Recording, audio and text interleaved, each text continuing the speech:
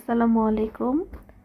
ভিডিওটা বেশ কিছুদিন আগে আপলোড করব, এডিটের জন্য ভয়েসের জন্য দেয়াই হচ্ছিল না। তো ভিডিওটা ভাবছিলাম আমি অন্য একটা ভয়েস দিয়ে খুব মজাদার একটা ভয়েস ওভার দিব, কিন্তু আজকে একটা বিষয় ফেসবুকে, সারাদিন তো রোজা রেখে ফেসবুকে যাওয়া হয় না, তো গেলেও খুব কম, অফিস বাসা সব কিছু মেনটেন করে খুব কম সময়ই দেওয়া হয়। তারপরেও আমি ইফতারির পরে একটু মোবাইলটা হাতে নিলাম। তো নেওয়ার পরে একটা নিউজ দেখে আমার ভিতর থেকে আমাকে এত বেশি নাড়া দিল যে একজন খুব জনপ্রিয় বা পরিচিত কিনা জানি না, আমি ব্যক্তিগতভাবেও চিনতাম না তাকে, একটা আপু সুসাইড করছে। তার একটা ছোট্ট বাচ্চা আছে। একটা মানুষ কি পরিমাণ মানসিক টর্চার পেলে এ ধরনের একটা স্টেপ নিতে বাধ্য হয়। কয়েকদিন আগেও আমি একটা পোস্ট করছিলাম যে এখনকার মেয়েরা এতটুকু স্বাবলম্বী যে ভাত ডাল সে তার নিজের টাকা দিয়ে জোগাড় করতে পারে, কিন্তু মানসিক শান্তিটা তো আর জোগাড় করা যায় না, এটা থাকেই আসলে অন্যের হাতে।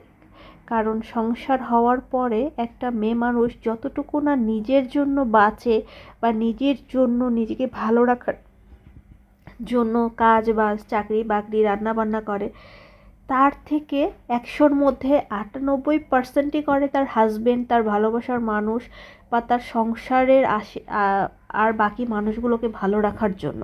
হতে পারে তার শাশুড়ি, হতে পারে তার হতে পারে না যা ভাসুর বা তার হাজবেন্ড, এই সব মানুষগুলোকে।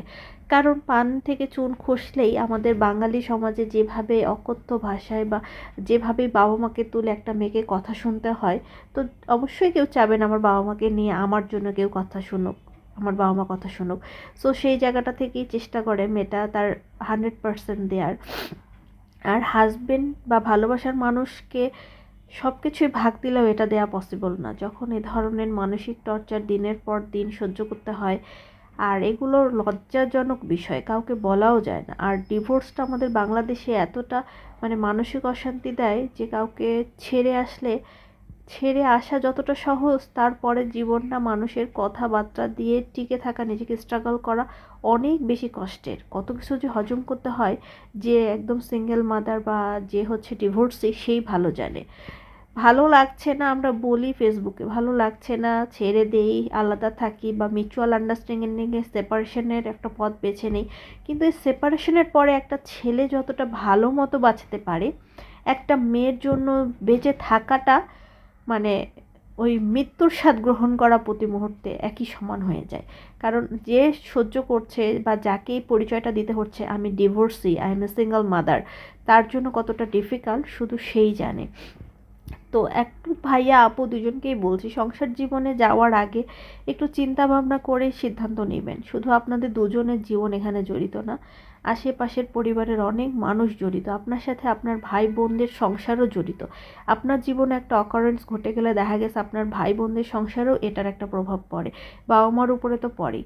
তো নিজেদের মেন্টাল হেলথ আগে ঠিক করে, নিজেদের মন মানসিকতা ঠিক করি, তারপর একটা বিয়েতে সিদ্ধান্ত নেবেন। কারণ বিয়ের পরে যদি তৃতীয় ব্যক্তিকেই প্রয়োজন হয়, তাহলে আমার মনে হয় না যে আপনাদের বিয়ের মতো সিদ্ধান্তে যাওয়া উচিত। কারণ তৃতীয় ব্যক্তিকে নিয়েই যদি আপনার থাকতে হয়, তাহলে আপনি সিঙ্গেলই থাকুন। আজকে একটা পাল্টাবেন, কালকে একটা পাল্টাবেন লোকাল বাসের মতন, এতে করে না কারো জীবনে কোনো প্রকার ইফেক্ট পড়বে না। আপনার ব্যক্তিগত জীবনের ইন্টারনাল সমস্যা ইন্টারনালই থাকবে। তো আমার এত খারাপ লাগলো, সব থেকে বেশি খারাপ লাগছে ছোট বাচ্চাটার জন্য। যে মারা গেছে সে তো চলেই গেল, আর যে আছে তার তো তৃতীয় ব্যক্তি নিয়ে সে ভালোই আছে, এজন্যই সে এই ধরনের বিষয়গুলোকে সে ইগনোর করে গেছে। মাঝখান থেকে সবচেয়ে বেশি কষ্ট পাবে সে বাচ্চাটার। তাই বলছি, বিয়ের সিদ্ধান্ত যাওয়ার আগে একটু ভাবুন যে আপনি আসলে এই সম্পর্কটাকে মেনটেন করতে পারবেন কিনা।